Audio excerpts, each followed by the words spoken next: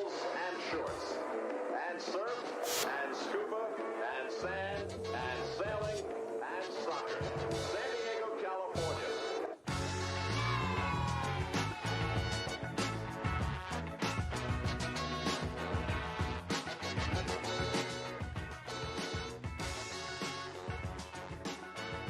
Season's greetings, rainy season's greetings to everybody. Here's Two Balls and a Mic, episode 210. We are back here on a Monday. We're going to go ahead and talk about a couple of things coming up. San Diego Wave to make a new player announcement. We're going to go ahead and get into that and what it's going to look like in the outcome in the first couple of games. Casey Stoney's team is taking shape. We're also going to go ahead and talk about the Coachella friendlies. The Coachella Invitational is happening. They're going to be involved. Also, they are playing against UCLA in an upcoming preseason match. I know people are taking note on that one. SDFC, the Chrome Ball Tour, the Escondido, the ESCO events went fantastically. We're going to go ahead and talk about everything that happened. It was my turn to experience a Chrome Ball event up north. And with the MLS also, we're going to touch on Leagues Cup, some Conca Champion action. World Cup, the schedule is out. The sole reason why we made this podcast is to make the dream of covering soccer in San Diego, but also the World Cup. We're going to see what's possible. Are people going to go to the World Cup? Are you guys going to go on the World Cup? San Diego players abroad. Where in the world is soccer in the world from San Diego? We're going to talk about a couple players that are doing it well. And everybody's favorite segment. Everybody actually liked the segment. El Juego Bonito. Goals, gaffes, and greats. Everything that went down. We want to go ahead and say season's greetings to everybody. Stop procrastinating Puma here for a while.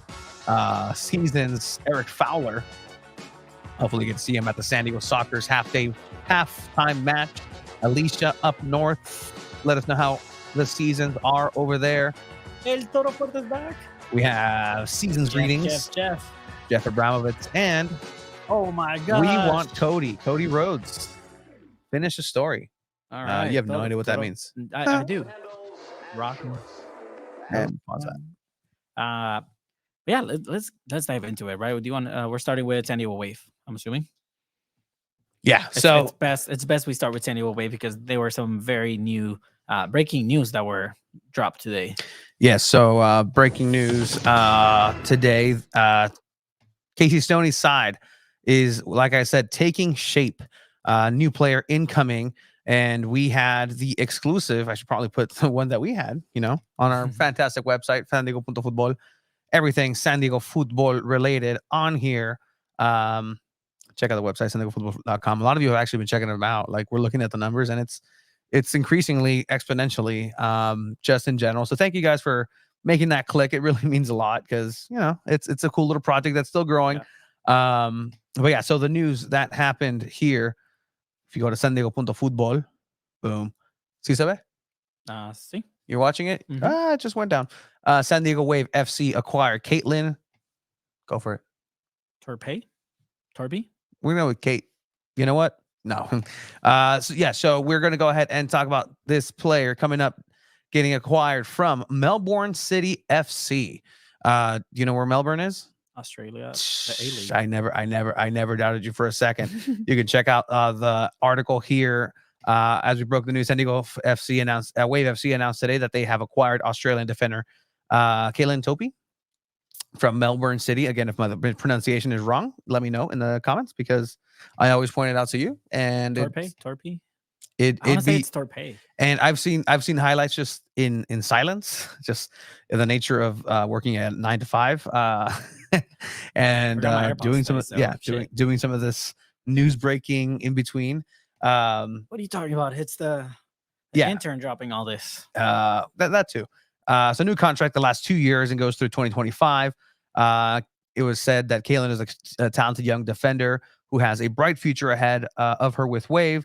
General Manager Molly Downton said she's a fantastic addition to the group and defenders, and is great. And she moves well going forward. You do have some highlights here as well embedded into the website. Look at that. I know.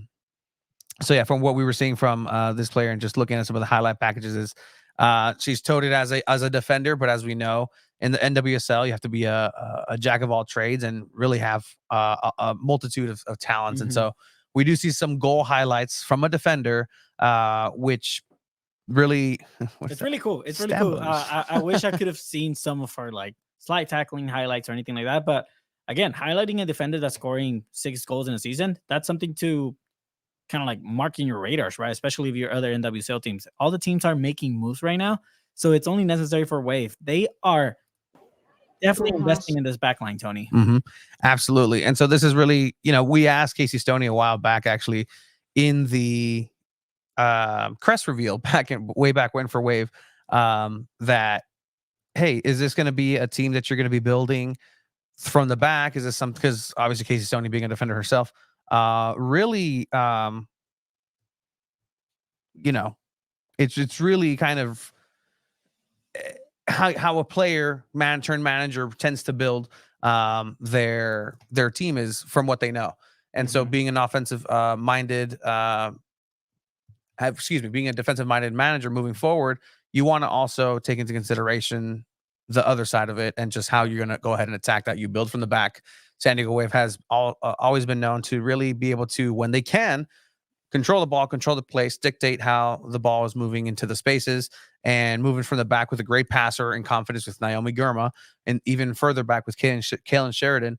You're really going to start seeing a different play style than we may have really come to know from San Diego Wave, especially with these new players moving forward, adding to the attack that San Diego Wave has already signed here previously. Yeah, I mean, and like I said, right, they're just very much investing in this backline, which is something that they probably should have done last season. Not only did they sign Torpey, I'm going to go with Torpey, they also signed Hanna Lundqvist, I think. Swedish player from Atletico Madrid, a natural right back who can adapt to the left back position. So essentially, there's depth in that backline, which is something that they struggled with last season. Yeah. So you can tell that they are definitely investing in where they struggled last season, which is essentially where you want to see your team. You want to see the team putting in money, putting in more focus on when they struggled last year. You saw Jaden Shaw is going to score goals. You saw Alex Morgan. Better hope she has a better season than last season. But you saw what Jaden Shaw can do. You saw what Mackenzie Donia can do. You're still going to generate those goals. You're going to be a threat on the final third. But now you're really going to set the ground with this backline. So I am excited to see what San Diego Wave, how they play, especially after the preseason, where they're not all going to get to play together because of the International Women's Gold Cup that's happening. So Casey Stoney did say, oh, it's not ideal, right, to have your players leave during preseason, but it happens, and it's happening now with this tournament. But yeah, Tony, I don't know how you feel about this investment in the backline. Again, I think it's really smart, just playing to the strengths of Casey Stoney in the first couple of years. It's really kind of knowing what the style of American soccer and what the landscape is in the league, what the play styles are. And I can tell you, and she can tell you this very much, at times can be seen being outcoached in many ways. And I think that's kind of where she maybe lacks that experience in knowing what the adjustments are needed in the attacking third, as you're saying, at the end. It's really taking matters into your own hands if your strengths is to build a strong core of players that's going to be able to take care of the players up front that can do some magic. That's all you need. Just somebody to feed those attackers, especially in this league where sometimes the midfield play is not as clean as you may want it to be. You can really have overhead passes be incredibly damaging with the speed, like with Jaden Shaw. If you have Sophia Jakobsson kind of firing on all cylinders, that'd be great. And she can take care of some of those things for you. But this presents itself to be really cool, and I think this is the evolution of Casey Stoney's management style. And you know what? We'll see what happens, because the Wave has made it into places where most expansion teams in any sport, in any league, would love and dream to be in, right? Semifinals, in playoffs, winning the Supporters Shield, being the best in the league, essentially, during the regular season. But ultimately, I think the championship is where they want to be, and that's been said, that's been explained, that's been kind of discussed a lot already within Wave walls. And so I think the team knows that they need to step up, and Casey's commitment here for the players is something that's going to go above and beyond just making this comfortable place for her, but making a comfortable place for her team, and just being able to trust the process. 100%. And I mean, let's talk about it, right? Because she technically is the 5th international slot. Officially, she's the 4th because Emily Van Ekman has not been listed as one of the international slots, which she has been in the past 2 seasons. So you have Sofia Jakobsson, Emily Van Ekman, Hannah Lundsphinx, Maya Jones, and Torpe. I hope it's pronounced like that. Kaylin Sheridan doesn't take up an international spot because she was in the league before the rule got applied, so she was grandfathered into it, meaning she doesn't count as an international slot, which is amazing if you're San Diego Wave, right? But essentially, you can pretty much say Van Ekman will be listed as an international unless there's something that happened during the offseason that she won't be. Maybe she got her citizenship and she's an American citizen. Yeah, now. those are dynamics that working with the San Diego Sockers are real, and you'd hope that a league has it together a little bit more, and hopefully NWSL also has it a little bit more tightened up. But again, the competition in the NWSL is going to be tough. It's not going to be easy. Look, Gotham FC, the current reigning defending champions that nobody in New York City cares about. Sure, there are some people that do, but not as much as I think people in San Diego care about San Diego Wave. It's a growing fan base altogether, but look, they're probably generating more clicks that New Jersey is going to get the World Cup final. Yeah, and they have themselves a couple of World Cup winners. They have a good international roster. Gotham FC does. We're going to see what those two teams match up and how they match up first, and with a Challenge Cup game to open up the season. But again, you have also moves that are happening, and we'll see how we're gonna. I think I'm gonna keep a close eye on this, because this is kind of tying it to SFC in a way. But this was Bay FC adding Ghanaian international Princess Marfo to its attack. First player to make it to FC Northland's female women's side, and now taking that next step in her career, coming over to Bay FC. It'll be interesting what the development is. She's a right to dream product. Awesome. She is a right to dream product. Okay. So what is that going to mean for the academies going forward for Right to Dream here? Is stocking up, man, because they also signed they're filling up their international slots as well, for sure. And man, it's going to be interesting to keep an eye on Bay FC, especially with Scarlett Camberos also in that team, right? So very interesting thing. They for Bay FC. They also just signed Asisat Oshawala from Barcelona. I've seen her play. It's actually insane. I actually had her FIFA card for Manchester City, I believe, that went to Seattle. I forgot to which team. I saw the league is getting stronger, is what I'm saying, and so it's a matter of Wave really. I think also players are seeing that there's more money to make in the NWSL than probably abroad. And just with these players coming in, and this is the biggest difference right now with the NWSL compared to the MLS, right? The NWSL is getting world stars that are reaching their prime, if not in their prime now, not a bunch of has-beens. Mm-hmm. They're not getting Luis Suarez, who can barely run anymore. Yeah. They're getting players that are at the peak of their careers. So that's the difference right now between the NWSL and the MLS, if you ask me. They're getting value for players that are really going to make an impact, and it's just the start. You wait till next season, oh man, more of these players are going to be signing up with different teams. They're going to have to change the rule about 5 international slots only. You're going to have to make it more. So shout out to the NWSL as a whole for making these big moves happen. And the interesting thing here is that, again, we're all going to wait to see how this rolls out, because this all falls on the league. It's the strength of the league that's really going to dictate how big these teams get. Yeah. I think there's a bigger magnifying glass overall in terms of the women's sport in the United States because of those moves, right? And you're alluding to other leagues that shall be not named until about 20 minutes from now. That do exactly that. And when Mbappe signs for the MLS, let me know, in his prime in the next couple of years, when Somebody like give me another. Who would you put in that echelon? Not even Erling Haaland. Give me another one. Let's give a good Beanie? Vinicius Junior. Okay, somebody less Who, superstar. by the way, he's out here liking Liga MX players. Because that was profile.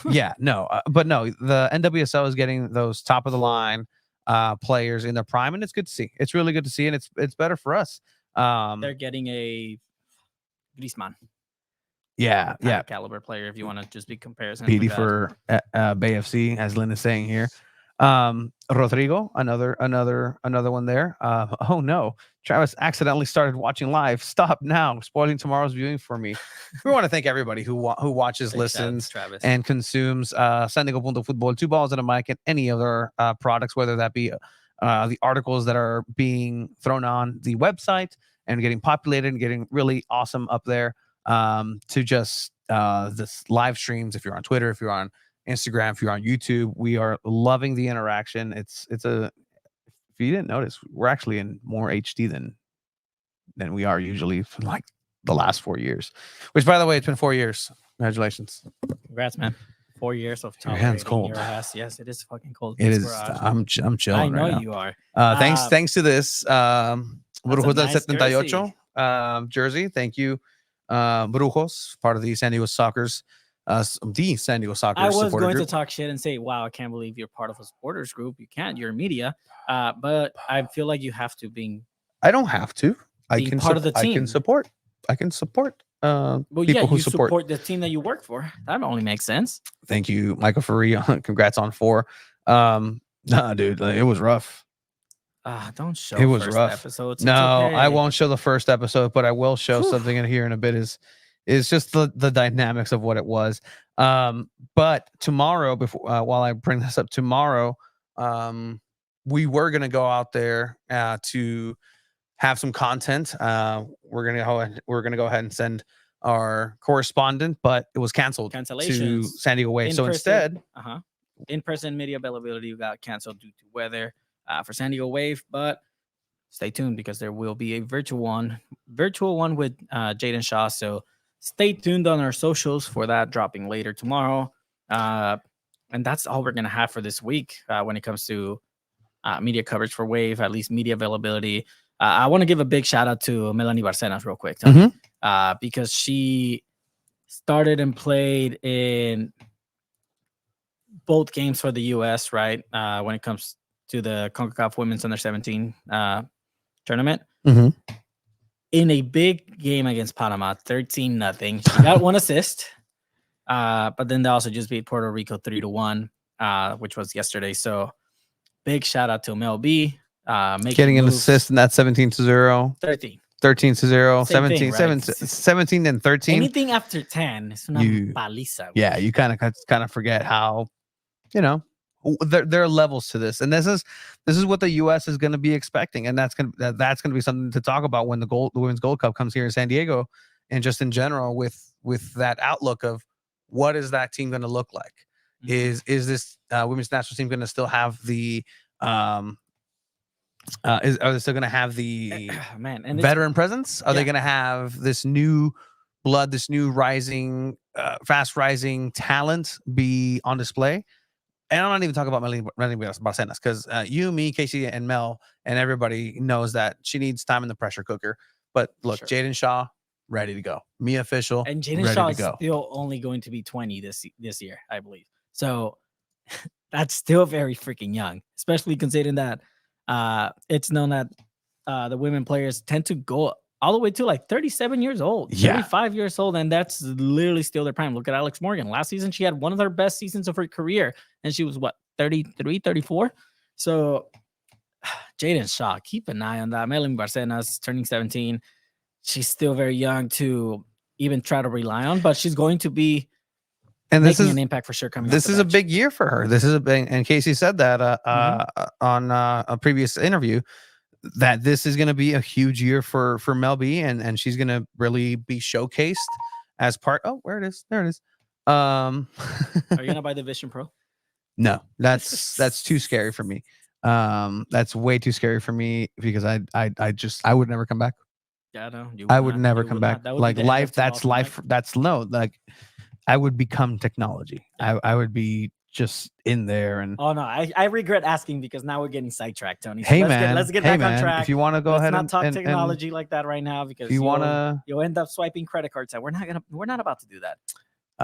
but yeah, as again Michael is saying, like it's not where you want, it's where you're going to be. World Cup 2026. I'm not going to share that, but I'll share this one. What are you gonna share? Ah, you too much. Look at this. Oh, look, he's going to catch it. He's going to catch it. Where's up there? Where is it? Oh, it did it at the same time. That's literally We were the so dynamic. proud. We were so proud of that moment. That's literally the dynamic that built two balls in a mic is literally estupideces, stupid things like this. And I wouldn't change it for the world.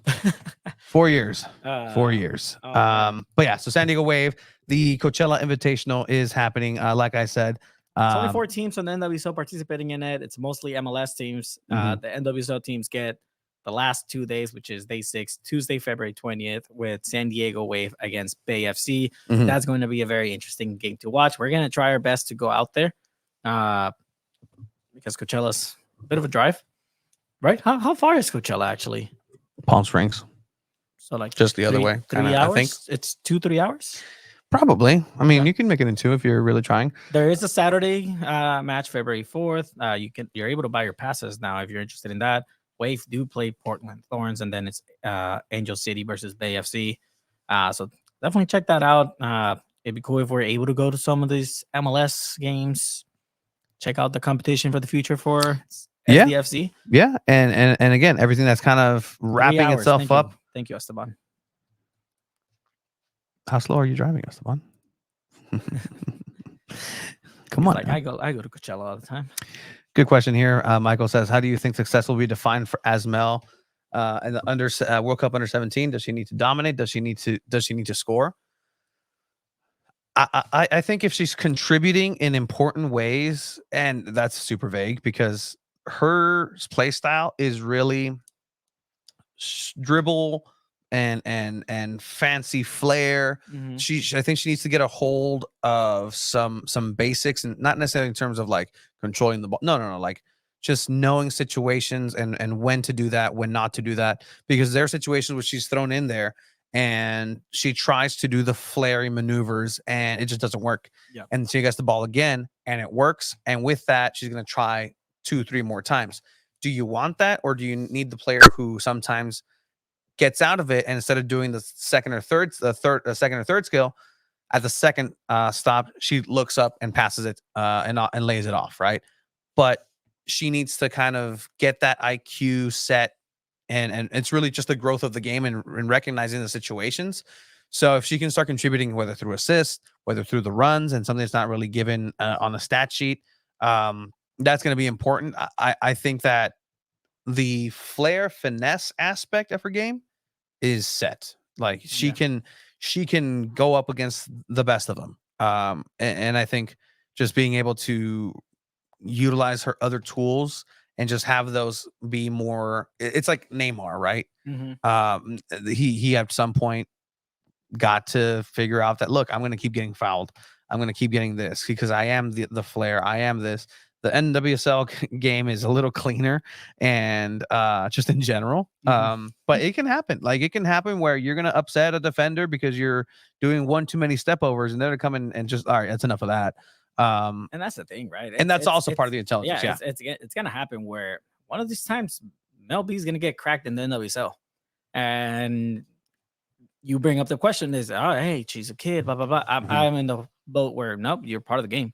You're inside the permission slip. You're part of the game. You're able to get hit for the World Cup. However, though, I think Mel B is very young still to figure out what position she's going to be playing. You can still have her as a 10. You can still develop her as a striker. You can develop her as a winger still. And it's up to Casey Stoney, especially with this contract extension to 2027. If she stays all the way till then, it's really going to be on her to develop Mel B. And whatever Mel B becomes to be, all credit to her, but it's also credit to Casey Stoney.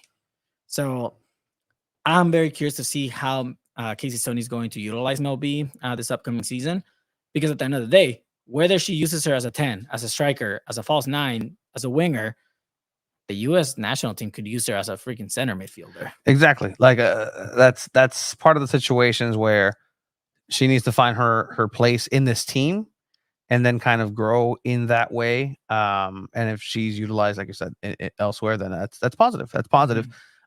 Interesting, kind of like the semantics, right? Again, thinking about a fellow player in the under-17 World Cup, Johan Farid, right? Like how are you gauging that? How are you gauging performance? Are you going to give kudos for just being in the game, or are you like and being good enough and earning your spot? As you know, we heard that's going to take up in Orange County Monday through Friday. If they do enough and do what they're supposed to be, you're going to get that starting spot, and that's going to be enough credit to earn you, some respect and some eyes in the terms of like, okay, cool, that's a cap. It's not just an empty cap and not empty calories. Like you actually contributed, you did well. And Duran certainly got some of those. And how you gauge those in terms of those two positions are, night and day in a lot of ways. But we're going to keep an eye on that, especially with how people develop. Abraham here said Mexico, USA, February 26th. Women's Gold Cup, man. That's going to be in LA. That's going to be a good one to keep an eye on for sure. I'm interested to see like how many people come up with that one. It's the game's growing. Like again, that's a really cool like opportunity. Angel City puts good numbers in their stadium, so I'm confident that even if I'm not sure if it's going to be in the Dignity Health or screw it, throw it in the Coliseum, bro. The 100K. The fan base for Angel City and maybe even Wave will meet together and put on a good showing, attendance wise. I think. I wish that game would be in San Diego. Maybe it's one that we're able to drive up to. But yeah, it's exciting that all the soccer that we're going to be having here in San Diego coming up in February with the Women's Gold Cup. So stay tuned for that. Tony, was there anything else you wanted to mention about San Diego Wave before we move on? I'm excited, man. Like the season's coming up and, everything's getting back together. I miss going to games. I miss covering games. Yeah. This season, what we're going to go ahead and do is probably do some post-match games directly after the matches, maybe a little bit more on the away games. Post-matches as far as what we saw, discussions, if people want to join in. I know the Sirens. We're going to go ahead and once again feature coming up. I just want an excuse to put it.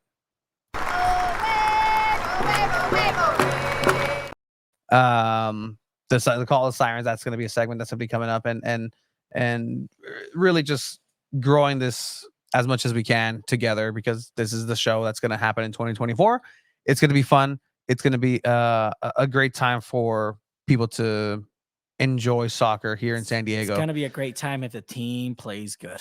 That too. Same old thing that we're going to go back to. The team has to play good. The team has to win games.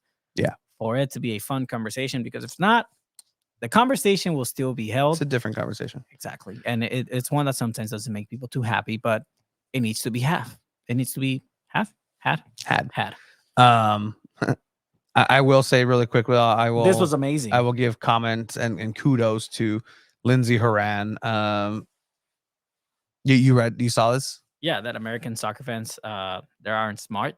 So if you're an American soccer fan, just know that she doesn't think you're smart. And I think that's mostly just kind of like, it's really what we started this freaking podcast for, which was to educate people that were not aware of different things and aspects of the game, right? It's part of the thing I remember when you told me, man, like we get to educate these people and learning the game. And this is essentially the people she's talking about. Yeah. And it's a great article by Steph Yang. Steph Yang, we see her on a lot of the San Diego Wave calls, doing great work. And met her in person in the WSL Championship. Yes. I met her at the night before, the media scrum for media. But no, it's an interesting take, and I think it's not exclusive to the women's game, the men's game. It's just the game, and I really don't also want to put my nose and be like, oh, it's because I know so much more about the game, and I know so much more of the pageantry and the semantics and the way that the ball must traverse the pitch, and even saying pitch and getting mad when I say field or logo and crest. Like, Yeah, those words have. Vergas, güey, es porque eres mexicano y sabes cómo hablar de pinche fútbol, carajo. Yeah, no, it's Porque jugaste en pinches terrenos de tierra because toda tu we vida, played. güey. That's why you know soccer, man. No, exactly. In the Football. context that she was speaking in, she isn't wrong, and that's absolutely correct. And I wish more people would kind of point that out because again, that's what makes these conversations. But everybody gets offended, Tony. Jesus. I was not expecting that.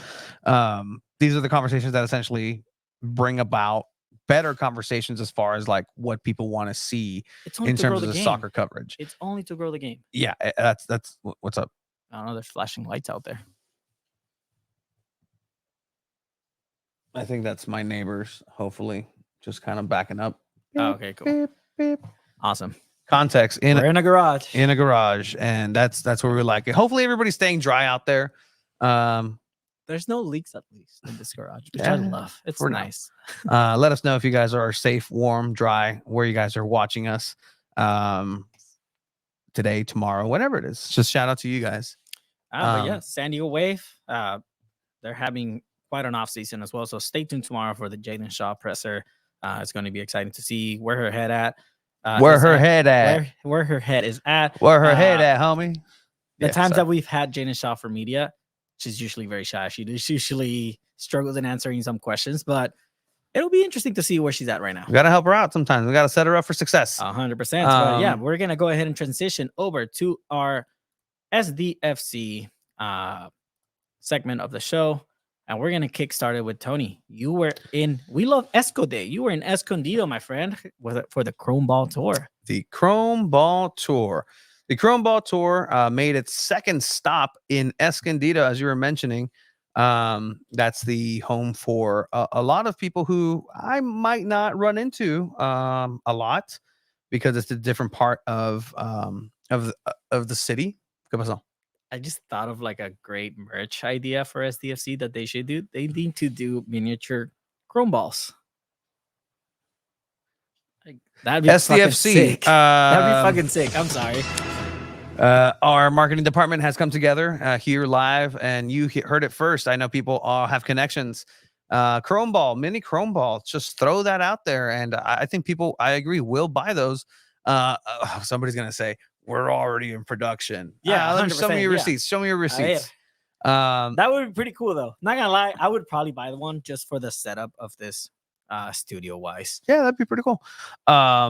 All right, so Escondido was again not my community. I'm South Bay, and I was drive up. I drove up. The last time I drove, I can't say Esco because I feel like that's a local thing from Escondido. So, do you drive a lot to Escondido? The last time I went to Escondido was when I went to the Humane Society to spay my dog. And she was sad after and had a cone of shame. And was just looking down. For like 3 days, it's just like, what happened? I have to spay my cats. Cats don't have feelings, so it's okay. She'll still get a period. So what? Oh, Jesus. What? There's children watching. Okay. Geez. So I did see something I did see was a lot of familiar faces, and not necessarily familiar faces of people I know, just familiar faces of like, huh. I recognize that type of person. I recognize that type of Mexican. I recognize that. I recognize that type of curiosity and like a cheese man. Like, what's going on? Let me guess. Oh, I feel like fila. No sepa qué es ponte. Yeah. What's going on here? I don't know. There's a line. Let's get in the line. Let's just stand in line. We are good at standing in lines. But I did mentioned to me that they sold out, right, from their Escondido shirts. Immediately sold out. We were trying to get some. We're trying to get connected with some. Just to get some to you guys. We can't if it sells out. So which is good. Kudos shit, to them. Kudos to them. Escondido really came and showed out. It was funny because at some point there was while I was circling and trying to find parking, we saw picketers that were doing in their suits, and they had signs and palabra de Jesús, literally. Palabra de Dios, aquí es posible, it is possible. The mighty, all-powerful guy above, and doing their thing. And that was amazing. it was great because I saw them put down their signs because they were there for a while before, and then just naturally just go into the event. And Were they promoting during the event? Huh? Not, were they just part of the event? They were not part of the event. But no, were they promoting in the event? No, they Oh, okay, cool. Listen. They put their yeah, signs down and Gotcha, they went and they gotcha. enjoyed some soccer. That's and cool. so they enjoyed some like, what is this? And that was everyone loved that was really soccer. cool. Like, look, man, like you see that in Mexico, like straight up. There's a lot of non-English speaking Mexican people up there, and it's really cool to be able to see that. And they genuinely came out, and that's why I was inspired, because last week you did the reportaje de Chiva, the Chiva report. This time around, I'm like, oh, all right, what can I do? And I just went the classic, reporter classic way. If we're journalists, then let's go ahead and act like it, right? Sometimes. This was the Chrome Ball Tour little what's it? Oh my god. Vitrina. See? I'm already in Spanish mode. Let's check it out. You're right, Chiva. Let's definitely check it out right now. Warning. I really like this video. It's in Espanol. Warning, it is in Spanish. But I'll come back to it. De Escondido, en asociación con Street Soccer USA y San Diego FC, anunció hoy la inauguración oficial del Street Soccer USA Park en Escondido, la primera instalación de fútbol de su tipo en la región. Las recién creadas instalaciones de fútbol callejero albergarán juegos gratuitos todos los días, así como programación durante todo el año sin costo alguno para la comunidad local. Las canchas se inaugurarán como parte del Love Esco Day y resaltarán el compromiso de la ciudad, de Street Soccer USA y San Diego FC de ampliar el acceso al fútbol y lugares seguros para jugar en toda la ciudad y la región. Gracias al fuerte respaldo de la comunidad y el apoyo de la ciudad de Escondido, Street Soccer Park será un motivo de orgullo comunitario y reunirá a los residentes locales para salir y jugar. Para San Diego Fútbol, desde Escondido, Tony Sánchez. How many takes did that take you? That took about 30 takes. Wait, so say you had the first half down and the second part you kind of like that. You did it all over again? I needed to do it all together. Gotcha. Yes, Jeff. The vignette is definitely the word. How did I not see you? I left right as you guys got there. I was there for a little bit. People are really liking the mini Chrome Ball idea. Cisco Sanchez. Will take a 1% royalty for that. No, you better get more. Cisco Sanchez saying that we always represent. Are you the person that I saw at Fernandez? Again, I'm really curious about that person who just came up, and I'm Escondido, like I was looking my worst. But that's really cool. 8%. That's a good number. I like that. There you go. SDFC, hit me up. Giving you guys ideas. That's a steak as your profile picture. I approve. But so no. Overall, the event. I mean, did you like it? Did you have fun? It's the first one you go to. I enjoyed it. I liked it. It was a lot of really seeing. It had a very street flow vibe, right? It had a very street flow vibe. It's a lot of the same things that we've seen. Yeah, that's not necessarily a bad thing, because what ended up happening is that the event itself is exactly what it's been. And exactly what I thought it was going to be in a good way, because you're showcasing this and you really want to showcase the community.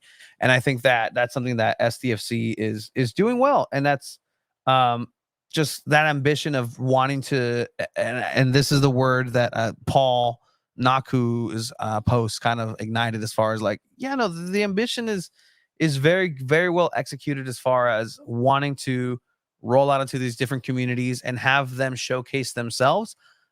I didn't feel like it was more of a SDFC event, as it was equal to a soccer event. It was equal to an Escondido event. The community really came out. I was really impressed by it in terms of like the people who came out and really enjoyed it. Like, look, they sold out of those shirts, and kudos, because that's great. Like, it's positive for the community to be able to really showcase that. Yeah, no, you're growing and people are recognizing it, and you got the boom like that the sticker right here of the local artist who came out, Aled, who I talked to a little bit. The audio was a little wonky in Spanish because I took him away because he had his table where he was selling his art, and just talking about and having a great conversation. People came up and it was funny because we were having a conversation and we didn't notice, and so an older couple came up and was like, oh, like what is this? And so my girlfriend stepped up and like sold some stickers. And so it's like, yeah, no, like that was really cool. I'm like, look, I'm taking too much time from you. I don't want to take away an opportunity for you to talk about your art and really discuss it. Compraron el dinero.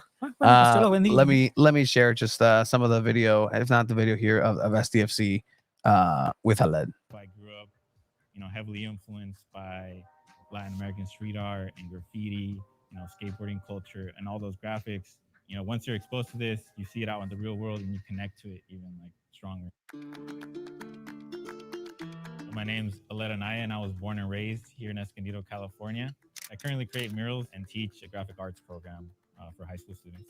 With the art piece that I created to represent Escondido and the thriving soccer community, like with all my artworks, I try to capture the influence of my culture. I have to say that the detail that went into this logo, into this crest, into this creation is fantastic.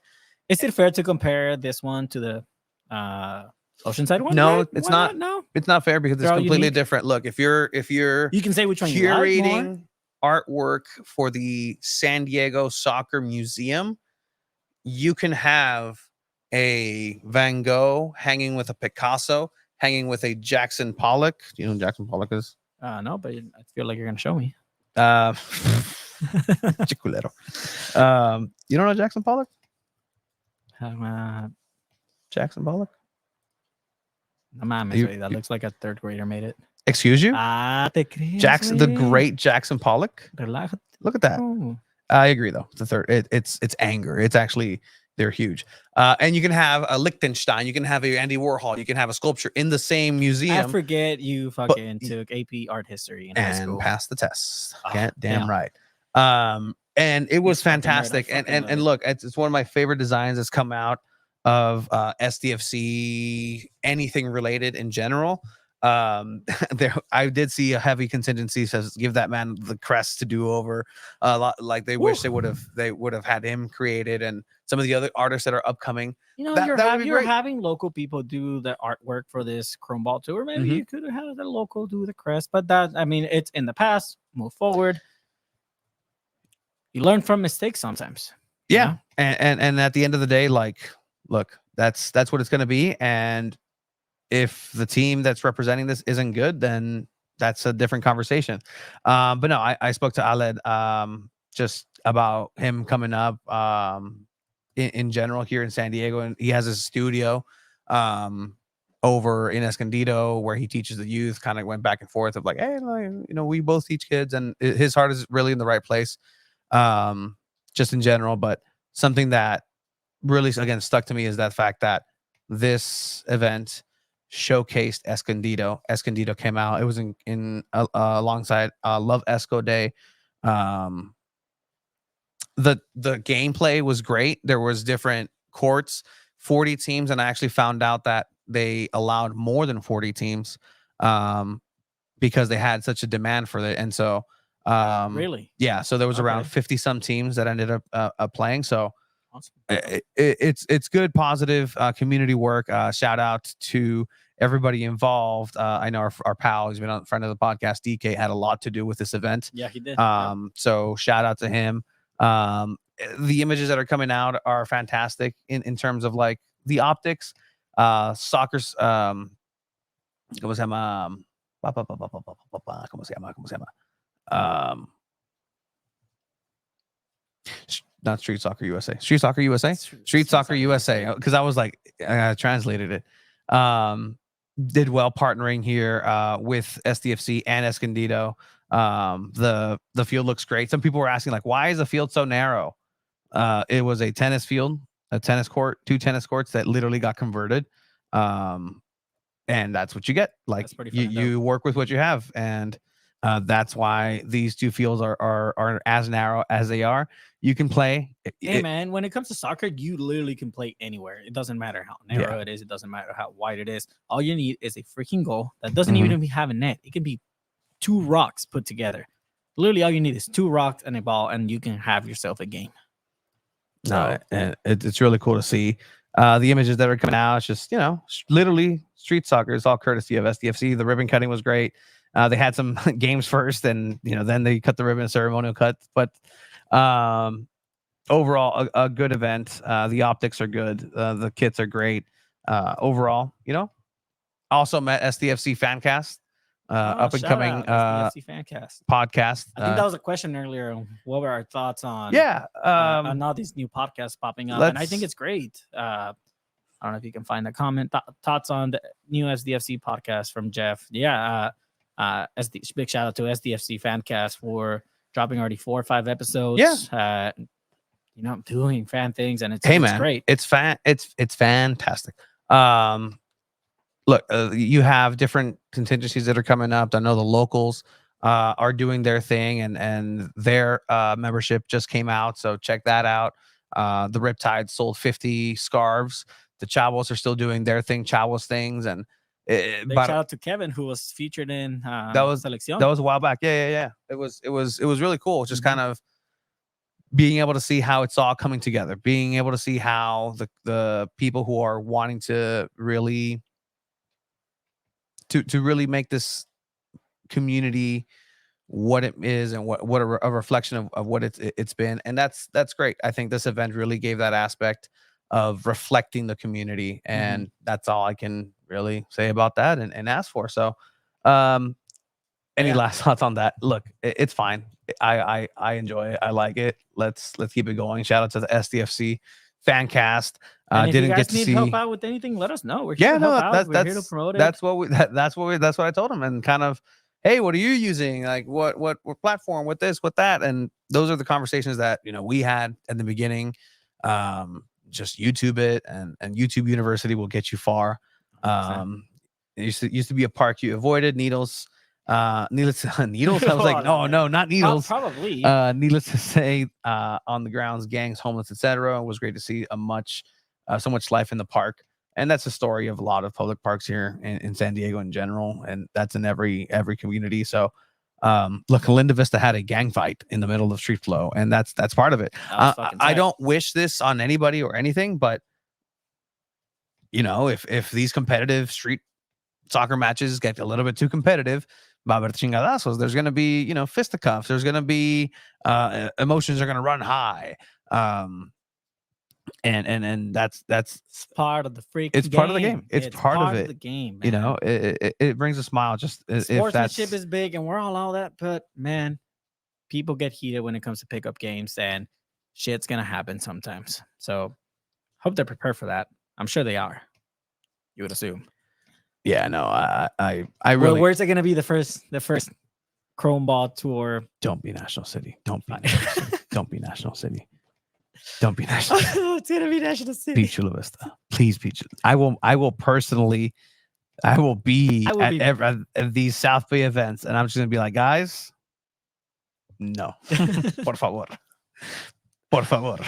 Oh please. Man, there's a good chance it's Chula Vista. There's a good chance. There's a good chance. National City, though. There's a good chance it doesn't happen, and everybody is happy and smiles around. Happy soccer time. Happy. In a perfect world. But anything else from the Chrome Ball tour, Tony? Was it everything you expected and more? Yeah, I mean, it seems like the weather. It seems like the weather is really kind of helping them out. Like to stop raining just for that specific day, which is really good for them. The Chrome Ball Tour will be making its Magical Mystery Tour through San Diego. Next stop is going to be at Poway. That's going to have more details to come over at MLS, our MLS.com. I believe it's going to be the 17th, right? February 17th. So not this Saturday, the next Saturday, which is one that we might be able to both be there, right? Which one? February 17th, right? Is that? Uh-oh. Probably. All right. Poway. Love it. Interesting. I don't know much about Poway. I'm really looking into learning How what far is Poway? it's pretty far. Like, I mean, it's literally everything is far from where we are as the most southwesternly podcast in the nation. Gotcha. Yep. Unless there's a podcast that happens 3 blocks that way or 5 blocks No that way traffic, 30, 40 minutes. Okay. right now. Yeah, 38 minutes All right right. now. Well, Probably more with the I rain. doubt the Chrome Ball tour will be at 8:53 p.m. 100%. 100%. But yeah. Lots of traffic for the Oceanside one. But yeah, 45 minutes. Dude. Esteban knows all the times. He's just everywhere. You know why? Esteban is up and at 'em when it comes to Well, yeah, because he has to record his videos North County because there's nothing south. that's very true. At North County Soccer Park. What's the best one? USD? USD? Yeah, I mean, and that's even cutting it, 'cause SDSU, that's the turf at the field? 8, bro. Again, like I know. South Bay, South like Bay has north of the 8, just like really not everything's much, foreign Esteban. south of the 8. I'm curious to see if people are going to be over there. Indoor soccer facility. Interesting. I'm interested to see the Santee one, what it's going to be like. It's going to be at the sports complex over there. And if you played in the indoor league over there at the sports complex, I mean, great facility that Santee has. They have their little middle hub that sells pizza, food, beer. I'm excited to see what that one's going to be like. They have the softball leagues, the indoor soccer league. So it'll be interesting to see what happens there. But other than that, are you ready to move on from the Chrome Ball tour, Tony? I think so. Anything else, guys, in the comments? Anything you guys else? liked it? You guys enjoyed it? Keep the We're- conversation going. We're 'cause- gonna dive into some MLS talk still right now because Ooh. there's things happening, right? We have the Ooh. Conca Champions happening this week. So the reason we're talking about this, teams, MLS teams that are going to be rivals of the SDFC teams. We want to see what they're able to do when it comes to competing against other teams when it comes to CONCACAF, right? So Conca Champions is happening. There's 2 tournaments. There's the Conca Champions. There's also the Leagues Cup. So many cups, so many tournaments. Which one matters? Which one doesn't? I think at the end of the day, you want to win what you're playing, right? Mhm. So Conca Champions, round 1 happening this week. Where we have Yeah, share. games. No, I'm not sharing it. I don't know if you want to share it. It's just the Google page, but only one MLS team playing this week, which is Vancouver against Tigres. So Mhm. we're gonna see. Okay, Tigres, one of the powerhouses of the Liga MX, against Vancouver. How good is Vancouver in the MLS? Have you heard of Vancouver much? They weren't really in the playoffs, were they? Oh, you're I'm asking you. me? Yeah, The in-house MLS expert? yeah. The in-house I mean, the last time I saw them play in person was actually against San Diego Loyal at USD. Haven't really seen them play much in person. But it's gonna be interesting to see what Tigres come up with and with the lineups. Look, that they Tigres come is up with. that place. And again, if we're talking about Vancouver, I really thought you were kidding because Vancouver was so bad last year. Like I thought you were kidding, but no, Vancouver was ass. They're terrible. They played like ass. I realized that there's a difference between being ass and playing like ass. It's those Canadian teams, you know. I'm just kidding. And it's the colloquial is different if you had a 2 in front of that pejorative word. But they were 14th in the Western Conference, bottom of the barrel. So not very good as opposed to Tigres, who, as you may know, beat Chivas recently. That was already 2 tournaments ago. Let's move. Oh, on we from already that. forgot about it. All right, cool. Se ganó la América la pasada. They got bounced by LAFC. For an MLS team, you can win MLS Cup Supporter Shield, the US Open, Coca. Oh, Jesus. Okay. That's more than the average. Great comment here, like, Procrastinating Puma. So for those of you who are keeping score, it's like whose line is it anyway? The show, the points don't matter at the end of the day. It's all made up and the points don't matter. For the MLS team, so let's just put this in the realm of San Diego FC in 2025. Yeah.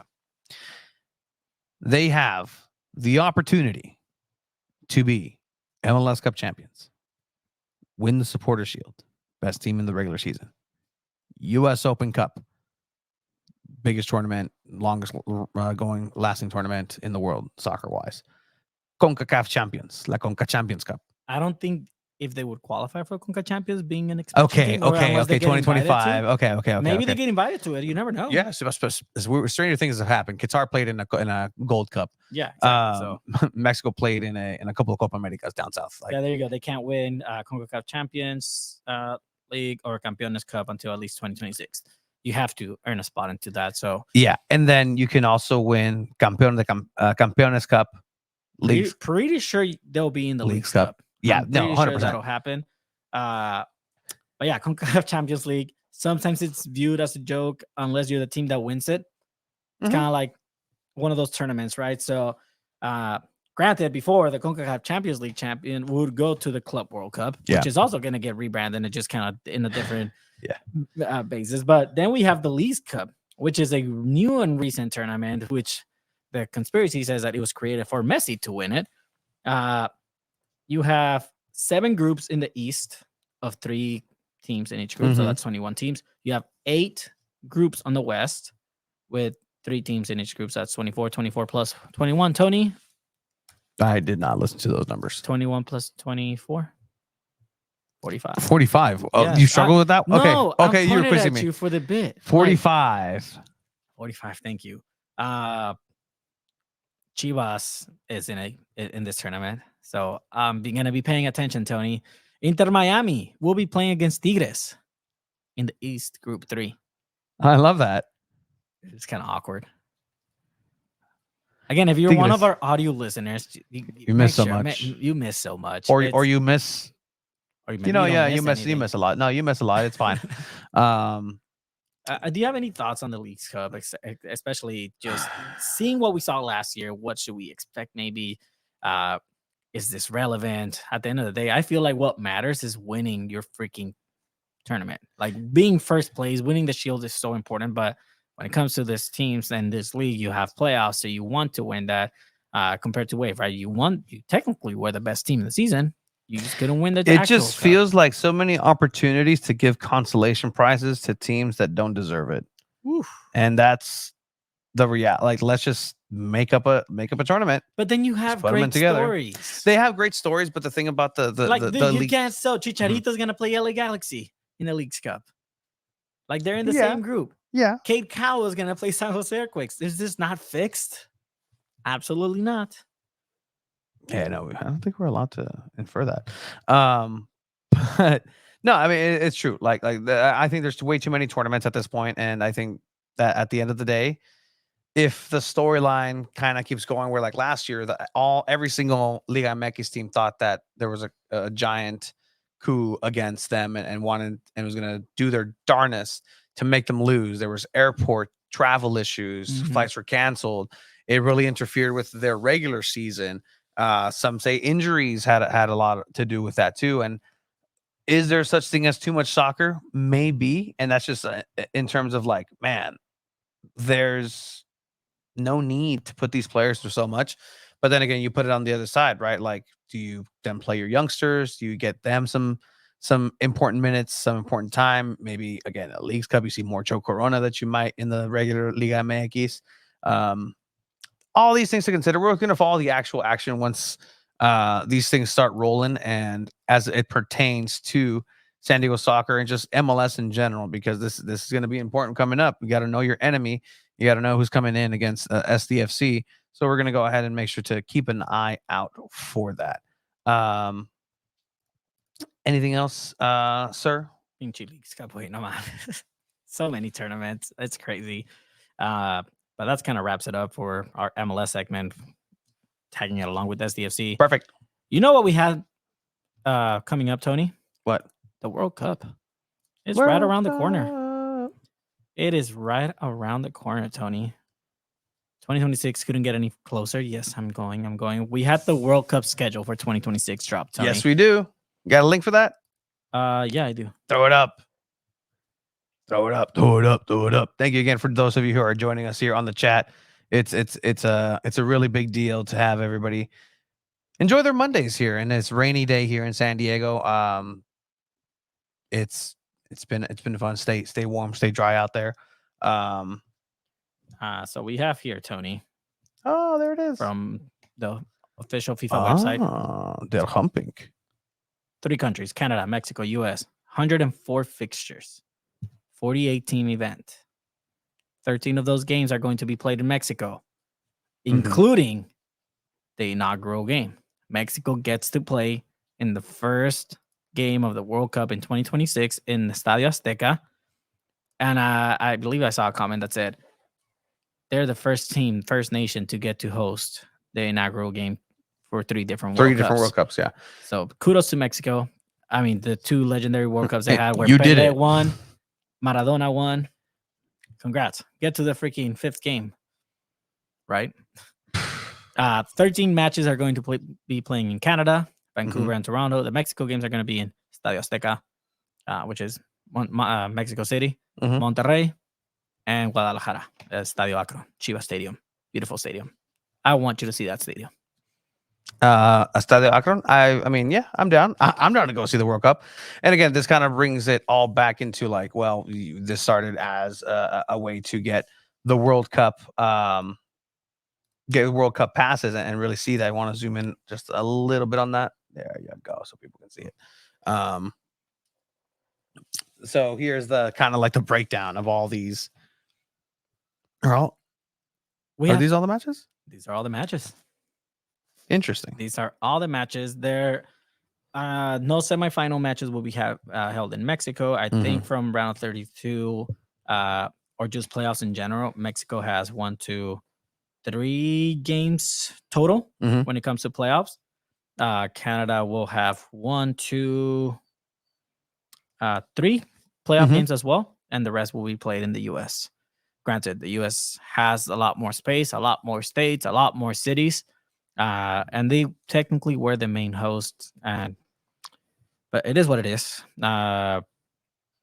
2 games in June 11th. It's a Thursday. You're going to have the Mexico game at the Estadio Azteca, and then you're going to have a second match at Estadio Akron in Guadalajara. So you get 2 games on the inaugural day, and then from there you get 2 more games the day after that, and then from there we're going to go to 4 games a day, which is different than before. Before it was 3 days, so now you get an extra game to watch. A lot of soccer. The World Cup is going to be something that, again, our main goal is to get. I don't know what it is that we want to get. World Cup final? World Cup final would be great. Yeah. Credentialed. Going to New York, New Jersey? Yeah. I'd love that. And we'll bring everybody along on the journey. I would love that. That's You what would this show me journey is around about. New York, right? Yes. I'd point. It'd be a waste to take you to a museum. I actually fucking love museums, so screw you for that. Oh, I've man. gone to museums. Estado Caliente wasn't good enough? Absolutely not. Nah, that's a turf field. That turf field. That was a field good is conversation I had terrible. with Would you hear that? Yeah, I hear the. I think it's the wind pushing something maybe outside. I hope so. Again, we're in a garage and it's I raining hope pretty so. hard. I'm just not a poor little animal outside. But now you got me thinking. You want to go check it out? No, it's raining. Don't go outside yet. But if it's an animal. ¿Vas a salvar el animal? Here. We'll do this. What are we gonna do? Here. I think we can do this. And then there you go. Oh, there we go. All right. But yeah, Estadio Caliente, no chance they have no chance that we're ever gonna get a chance to have a World Cup game. Other than that, I mean, you look at different cities, right? LA with SoFi is going to be having eventually 1, 2, 3, 4, 5, 6, 7, 8 matches in LA, which is crazy, especially because we're here in San Diego. LA is the closest thing where you're gonna get to go watch a World Cup game if you're going as a fan, if you're going as anything. You have 8 opportunities to go watch LA. The US team will play their first game in LA, which is the following day, which is going to be that Friday, June 12th. So if you're a US supporter, you can go to LA and you're going to get to watch the US in the first group stage of the 2026 World Cup at SoFi Stadium. Other than that, more convenient ways to go if you're from San Diego to go watch the World Cup, Tony. It costs $100 round trip to cross to CBX if you have a passport. CBX is the bridge that just kind of combines the Otay area with the Tijuana airport. $100 round trip. The average flight right now, I mean, that's right now. The prices will probably hike up as the World Cup approaches, but you can always schedule flights ahead. Average flight to Guadalajara is $200 to $300. That's not bad. Round trip. And yeah, no, Same there's thing going to be a for lot Mexico City. of price gauging. Like it's going to be the prices are going to take a hike, but Get it's still your going to be flights. cheap. Get your flights through a third party. It would always be the cheapest thing. Pack light, just a personal thing. Especially if you're trying to save money on traveling for the World Cup. We've never gotten to experience this. Mhm. It's usually trying to travel to Russia or something when you have to spend a lot more money on a flight. We have it here. You have it at an affordable thing where you can drive to San Francisco if you have to. You can drive to Seattle if you want to, right? Flying to Miami is not the prices sometimes, but it's across the state. It's a long flight, but it's possible to do when you're here. That's Tony still searches if it's a puppy. It's not a puppy. Might be a rat, bro. Yikes. Inside? No. I hope not. I hope not either. Anyways. Hopefully, you found that lemon I threw at you the other day. 2 balls and a mic on tour. I like that. Opening game, Mexico City. Again, we will try our darnest to get this done and really take everybody through the experience. And that's what the dream is, to go with a press pass and be able to experience a World Cup game. And you know what? If that World Cup game ends up being Canada versus Trinidad, no, it's a CONCACAF versus CONCACAF violence. Let's see. Let's pick something else. New Zealand made to this World Cup. New Zealand versus South Korea. Have you seen all the memes of especially people from Mexico saying, "¿Quién vendió la casa?" Yeah, yo con mi muchachas de Suiza que no sé qué en el estadio. It's so you can funny. translate that. Man, you put me on the spot and I get nervous. Okay. Who sold the house? Me, Estadio Akron, for watching Zimbabwe against New Zealand. Those are some of the matches that eventually we'll get to see. It's still a World Cup. It's still exciting. It's still a World Cup.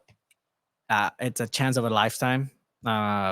It's not every time you're gonna have the World Cup in your nation. So yeah, and it's almost here, so that's going to be something to look forward to. 2 balls and a mic and San Diego Punto Football trying to make that leap, and we're gonna rely on some help from the people who have listened and supported us throughout this time, and we're gonna let those opportunities come as they reveal themselves. So thank you guys who have been supporting us.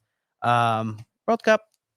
Yeah, 100%. So I think it's a good time to start transitioning to our players abroad segment. There's a lot of things that happen, a lot of movement, especially this week. We're gonna start out with one that I wanted to highlight.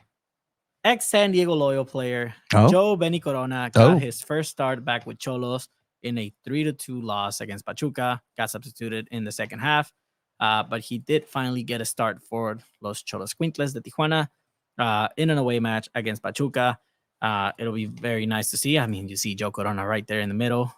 Tony's going to share this picture right now directly from the Cholos Twitter account. See him in the middle. Good, right? You saw him playing literally this past year at Torero Stadium, and now he's playing in the Liga MX starting. Did they win? No, but damn, he's playing with Chuy Corona. Chuy Corona is playing with Joe Corona, Joe Benny Corona. Meeting of the Coronas, the Crowns in Tijuana. Legends, honestly. But again, it's the level and dedication that he's been able to bring, and was really impressive what he was able to show at his age here in San Diego Loyal. And he told us when we interviewed him is that he wanted to play in MLS, and he wanted an MLS team here in San Diego. So now there is going to be one. Does that mean he's going to be a signing? He's just extending and just being having that last push to make it sure that he's on a San Diego FC roster.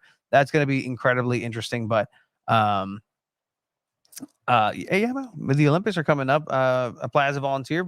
I'd love to, and even apply as media for soccer matches, because the Olympics do have soccer matches.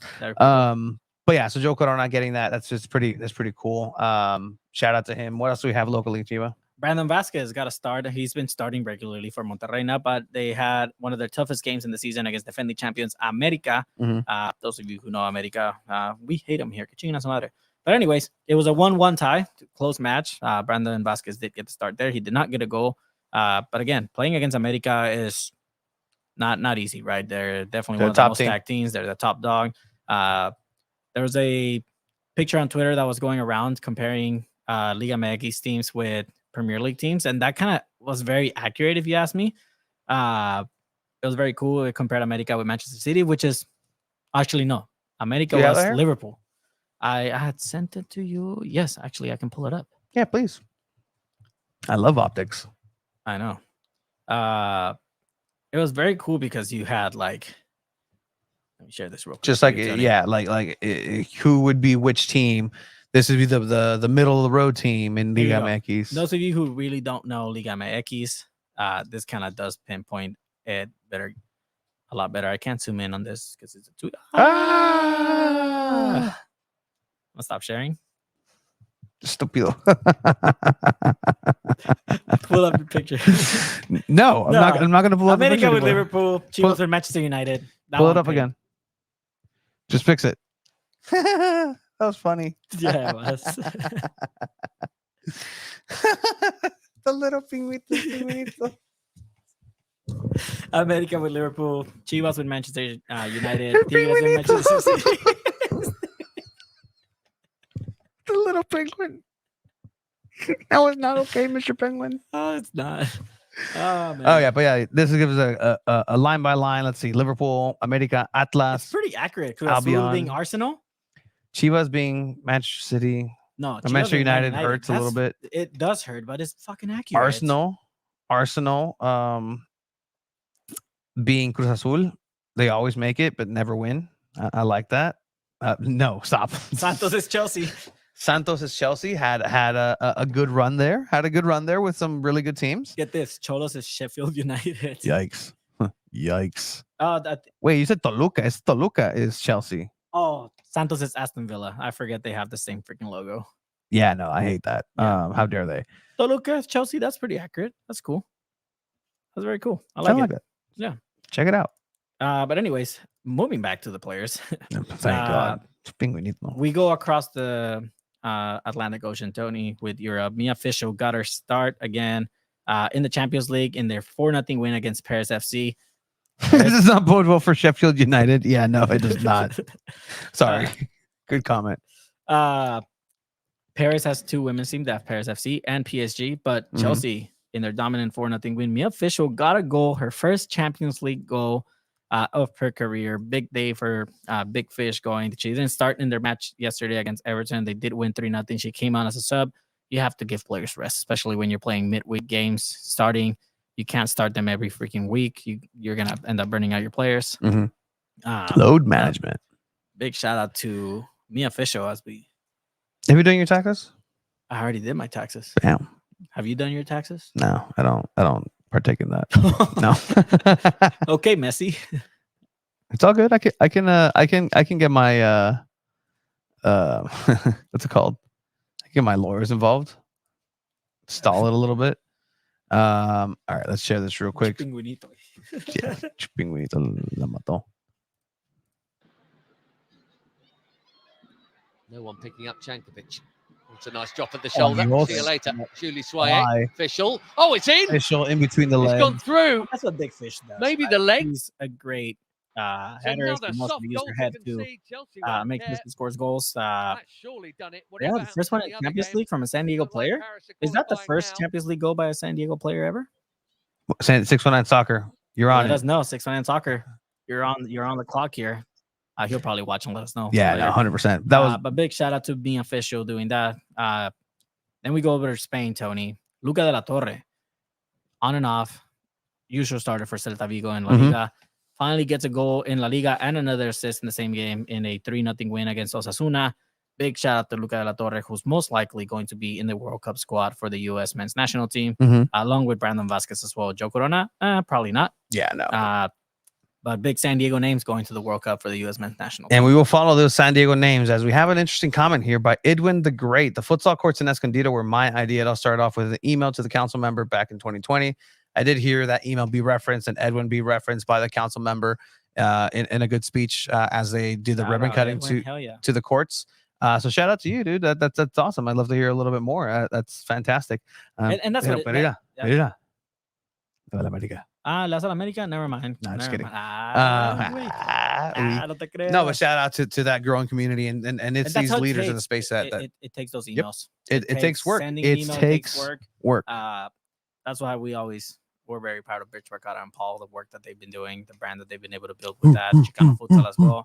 But yeah, that's what we have for players abroad, Tony. If you happen to know of other players that are from San Diego that are scoring goals, that are out here performing in the pro level, let us know. We try our best. 609 Soccer. And yeah, big shout out to you for keeping tabs with everyone. and let here. us know too, because again, this next segment will be the final segment, was everybody's kind of really enjoying, is the Juego Bonito goals, gaffes, and greats.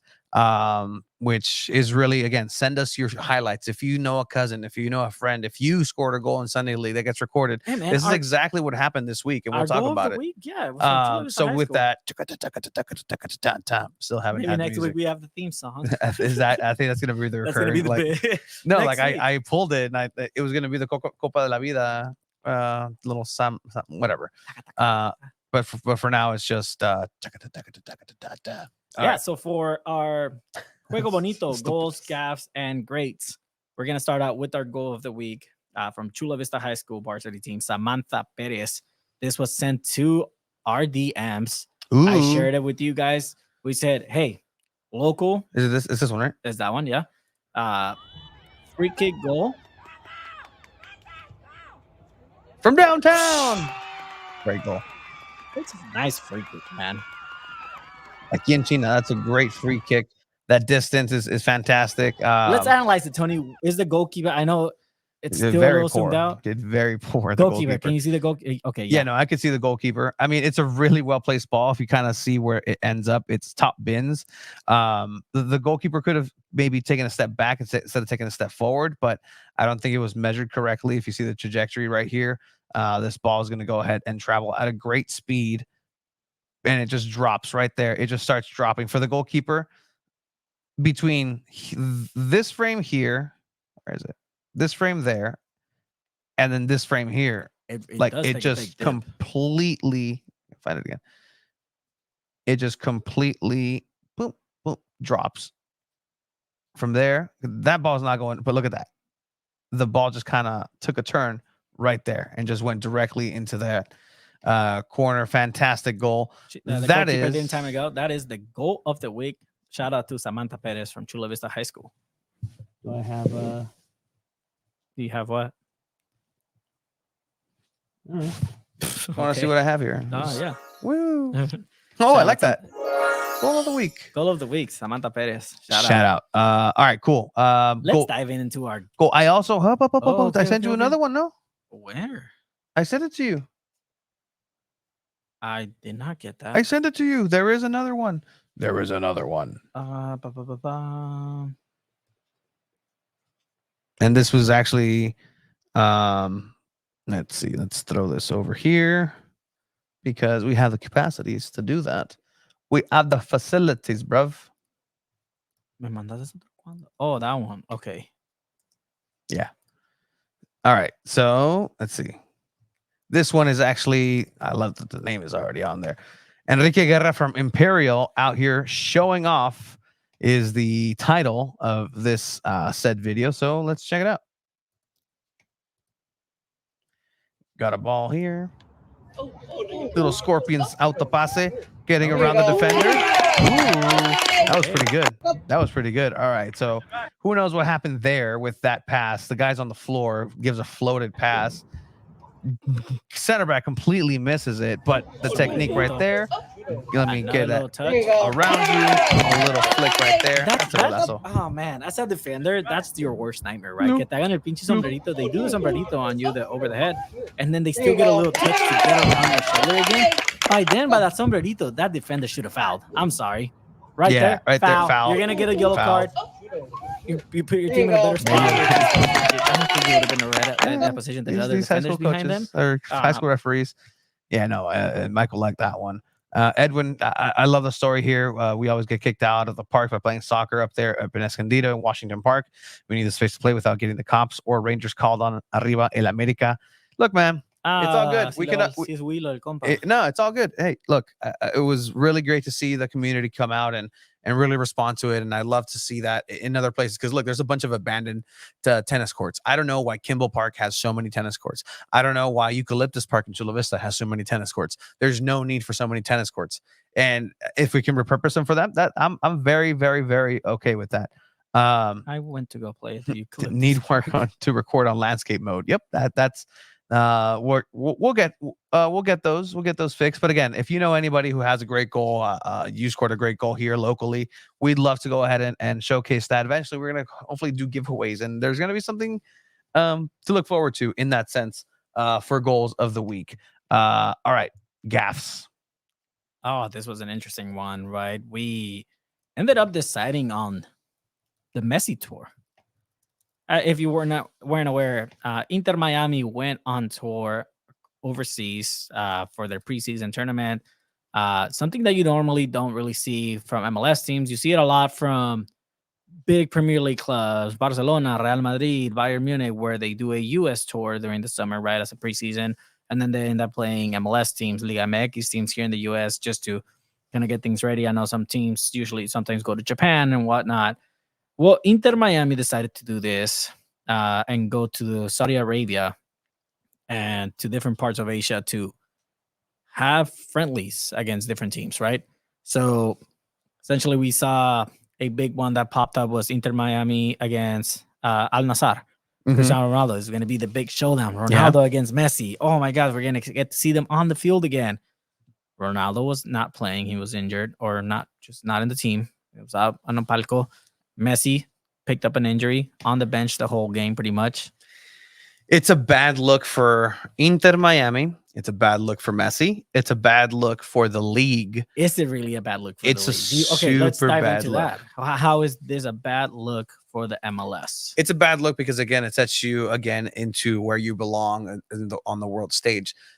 Is the Al MLS Nassr sending Inter Miami? They're not sending their best. No, are they telling Inter Miami, oh yeah, go play this Messi No. tour? But just by the fact that they're going and playing in these places and playing against a team of absolute mercenaries, you're still playing against Brozovic. You're still playing against Emerick Laporte. You're still playing against Cristiano Ronaldo's team. You're still playing against Anderson Talisca, who was killing it over in the Chinese league, a great Brazilian forward attacker.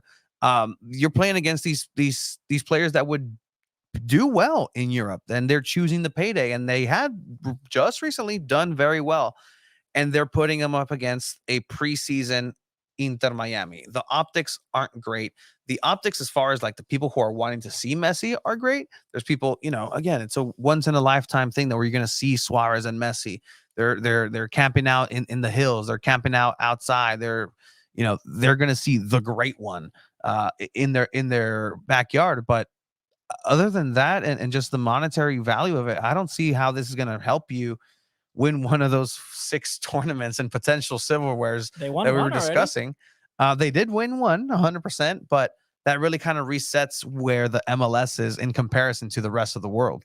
6-0 is, I don't care if it's a friendly, but at the same time, you can't put too much stock in that. You're not going to be facing these types of teams here in the MLS. And is the level of Saudi Arabia currently right now better than the MLS?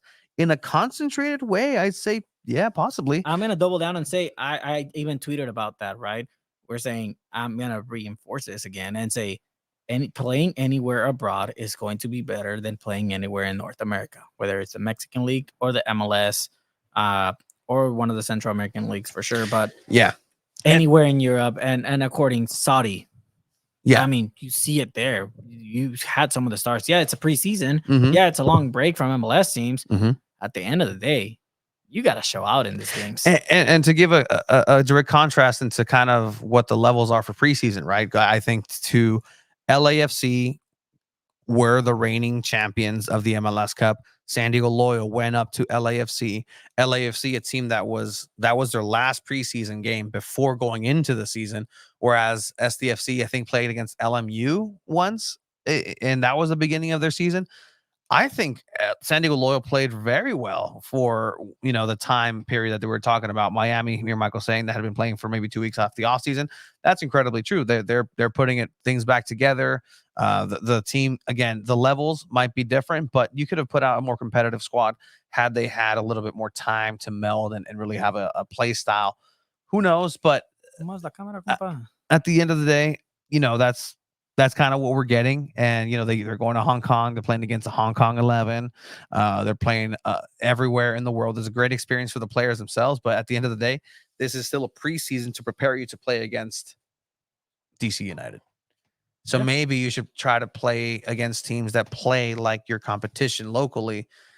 But again, this is a huge money opportunity to be seen, to expand the game if I ever want to go that far. But it's interesting. I think the whole tour is a gaff in a soccer footballing term.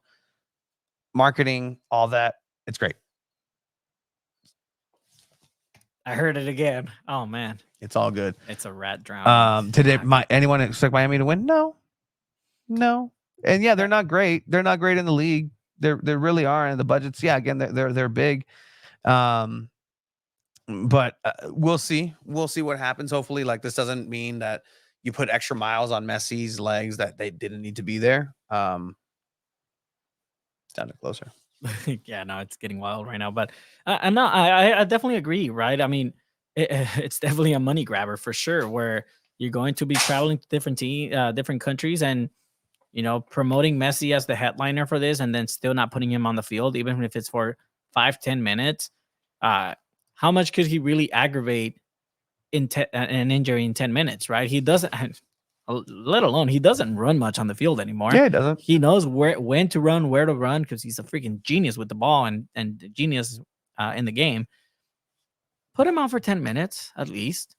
Or if he's not going to play, don't sell tickets. Don't hike up the prices like that. I personally feel like that's messed up, and which is why they were our gaff of the week in the Juego Bonito segment. Take that in there, Miami. They're going to see this and be like, damn, we're at San Diego Punto Football. It's 2 balls in the mic. Gaff of the week? Damn it. Do better. Yeah, no. The one David Beckham's going to be watching is like, no. How dare they? All right. But instead of now the greats, the last segment is, we'll just throw it up here. It is definitely the great one, the captain. One of two people here for the San Diego Sockers is Craig Childs. Craig Childs has been doing fantastic for the San Diego Sockers in terms of stepping up. He's growing the mustache out. The San Diego Sockers had a little bit of a slippery slope here as I'm about to do some self-promotion for the Soccer's Overtime tomorrow, 5 p.m. On Twitch. Me, myself, and Craig Elston. But yeah, this man right here, Craig Childs, with a third kit. Did you like this kit? I mean, you can be on. It's all right. Got it. That's fair. It's all right. That is fair. Me and kits. Me and kits. I just want to see the team doing good and playing good, and they're doing good. Craig Childs getting a couple of goals in there, and then you had Luca de la Torre. Mm-hmm. Luca de la Torre, who got to score as well, and I'm trying to find a video of his goal. But here I have a celebration of it. Thank you, Celta Vigo. You have it. You put it up there. Yep. Where is it? Here we go. Where is it? ¿Dónde está? You got Luca de la Torre celebrating a goal in La Liga, which he hasn't had many, but definitely I like the tag. What about this U.S. men's national team? Ooh, get him. So he had a goal and an assist in this match. So shout out Luca de la Torre, San Diego-based player, playing in Celta Vigo in La Liga, definitely making a name for himself. But those were our greats of the week. Big shout out to Craig Childs as well. And with that has been this week's. Again, we're definitely going to have some audio. El Juego Bonito. Goals, greats. Goals, gaffes, and greats. That's going to be the bit. You just keep saying that, and that's the theme song. All right. So that's going to go ahead and wrap us up for today here on 2 Balls and a Mic, powered by San Diego Punto Football. You can go ahead and make sure that you follow everything soccer in San Diego at our website. That is definitely important. And I should have a banner. And I don't. San Diego Punto Football. Literally. San Diego. Stay tuned with our social media tomorrow for the Jaden Shaw press conference. Should be a good one for sure. But thank you again, everyone who watches from beginning to end, and anyone that tunes in, whether it's on Instagram, X, on YouTube. Big shout out to every single one of you. Love you. Thank you for all the support. It's been 4 years. amazing journey so far. Absolutely. Thank you, Jeff. Thank you, Michael. Thank you, Alicia. Thank you, Procrastinating Puma. Thank you. Big shout out to Escon- Escondido. Big shout out, Escondido. Shout out to the Chrome Ball Tour. Check it out at Pieway. Edwin the Great, thank you for your contributions. ¿Y el América? No te creas, Edwin, no te creas. Sounds good. See you guys next week. Have Bye-bye. a good one, guys.